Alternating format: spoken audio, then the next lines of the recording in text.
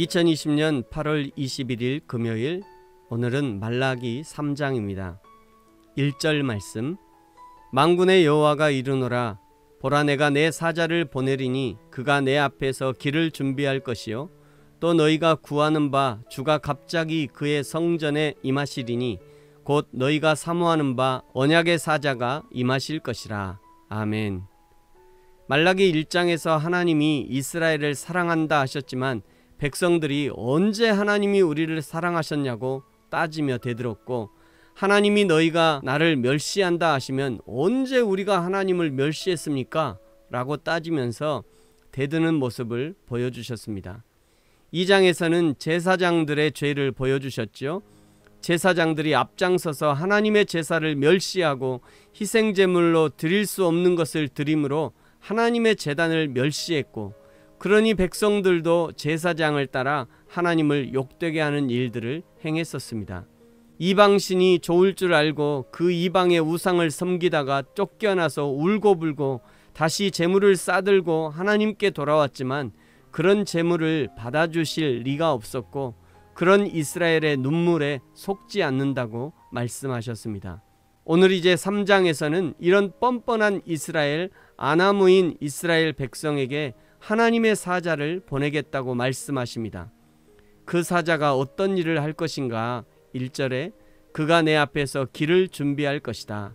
2절 사자가 임하는 날은 금을 연단하는 불과 같이 녹여버릴 것이고 표백하는 자의 잿물같이 더러움을 녹여버릴 것이다 라고 비유하십니다. 이것은 분명 하나님의 심판을 예언하시는 것입니다. 이 심판은 요한계시록 18장에서 큰 성 바벨론을 심판하시면서 실현됩니다.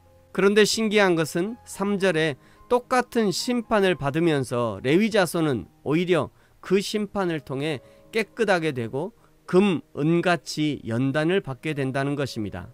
금은이 풀무에서 연단을 받으면 불순물이 빠지면서 그 순도가 더 올라가게 됩니다. 이것이 신앙의 아이러니라고 할 수 있습니다. 참 신앙인은 하나님 앞에서 연단을 받을 때 그때 신앙의 퇴보가 아니라 오히려 신앙의 전진을 가져옵니다. 어려운 시련을 만날 때 신앙인들은 오히려 하나님 중심의 신앙생활을 하고 오히려 하나님 앞에 감사하게 된다는 것이죠. 지난 2월부터 코로나19로 인하여 한국 교회와 성도들은 매우 어려운 시기를 지나고 있습니다. 그러나 분명히 기억할 것은 이 풀무불과 같은 연단으로 금과 같은 신앙, 은과 같은 신앙은 더욱 정결한 신앙으로 드러나게 될 것이라는 것입니다. 저와 여러분이 하나님 앞에 정결한 신앙의 사람으로 발견되기를 축복합니다. 드디어 그 유명한 11조의 구절이 7절부터 12절까지 말씀입니다. 그런데 꼭 기억해야 할 것은 지금 이 구절이 어디에 강조점이 있는가 하는 것을 잘 찾아볼 필요가 있습니다. 7절을 보십시오. 만군의 여호와가 이르노라. 너희 조상들의 날로부터 너희가 나의 규례를 떠나 지키지 아니하였도다. 그런즉 내게로 돌아오라. 그리하면 나도 너희에게로 돌아가리라 하였더니 너희가 이르기를 우리가 어떻게 하여야 돌아가리이까 하는도다. 8절 사람이 어찌 하나님의 것을 도둑질하겠느냐. 그러나 너희는 나의 것을 도둑질하고도 말하기를 우리가 어떻게 주의 것을 도둑질하였나이까 하는도다. 이는 곧 11조와 봉헌물이라. 아멘. 여기서 강조하시는 것은 8장 끝에 11조와 봉헌물입니까? 아니면 7절 중간에 내게 돌아오라 그리하면 나도 너희에게 돌아가리라입니까? 하나님이 이스라엘 백성에게 요구하는 것은 내게로 돌아오라 그리하면 하나님도 너희에게 돌아갈 것이다. 지금 이 얘기를 하고 있는 거죠. 그런데 백성들의 대답은 우리가 어떻게 하여야 주께 돌아가리이까 대답하는 것입니다. 이 대답은 1장부터 계속 하나님께 따져 물으면서 대답하는 것과 같은 맥락에서 이해해야 합니다.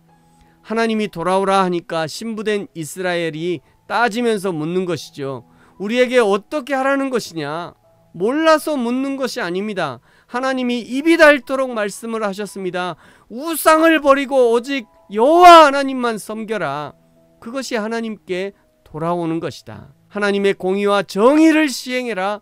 그것이 내게 돌아오는 것이다. 이스라엘이 하나님께 돌아왔다는 표식 중에 하나가 10절에 온전한 11조와 헌물입니다. 11조와 헌물을 한다는 것은 이스라엘 백성이 하나님의 신부됨을 인정한다는 것이고, 그 인정의 증거로 11조를 드리는 것입니다. 그러니까 말라기에서 말씀하시는 11조는 복받고 넘치도록 받고 싸울 것이 없도록 복을 받는 조건으로의 11조가 아니라 하나님의 신부로 구분되고 내가 하나님의 것이라는 확증으로 드리는 것입니다. 11조만 달랑 드리면 복받고 끝나는 것이 아니라 그 11조와 봉헌물과 함께 신부의 모든 정절, 삶의 모든 절제, 모든 도리를 다함으로써 함께 드려져야 한다는 것입니다. 16절에는 여호와를 경외하는 자를 기념책에 기록하셨다. 17절 내가 정한 날에 그들을 나의 소유 삼을 것이다.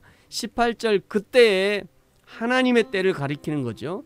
그때가 되면 너희가 돌아오고 누가 의인인지 누가 악인인지를 분별하게 될 것이고, 누가 하나님을 섬기는 자인지 누가 하나님을 섬기지 않는 자인지를 분별하게 된다는 것입니다. 언제 이런 일이 일어납니까? 요한계시록 20장에서 천년 왕국의 시대가 되면 우리 믿는 자들이 왕노릇 하게 될 것이라 말씀하셨습니다. 그때 구원 얻은 백성들이 하나님과 함께 왕노릇하면서 사람들을 재판하고 분별하는 일들을 하게 되는 것이죠. 그날을 기대하심으로 오늘 여호와 하나님의 정결한 신부의 삶을 살고 하나님을 뜨겁게 사랑하는 사랑의 삶을 살고 11조만의 삶이 아니라 우리의 모든 것이 여호와 하나님의 것임을 인정하고 드려지는 믿음의 삶을 사는 저와 여러분이 되어지기를 예수님의 이름으로 축복합니다. 아멘.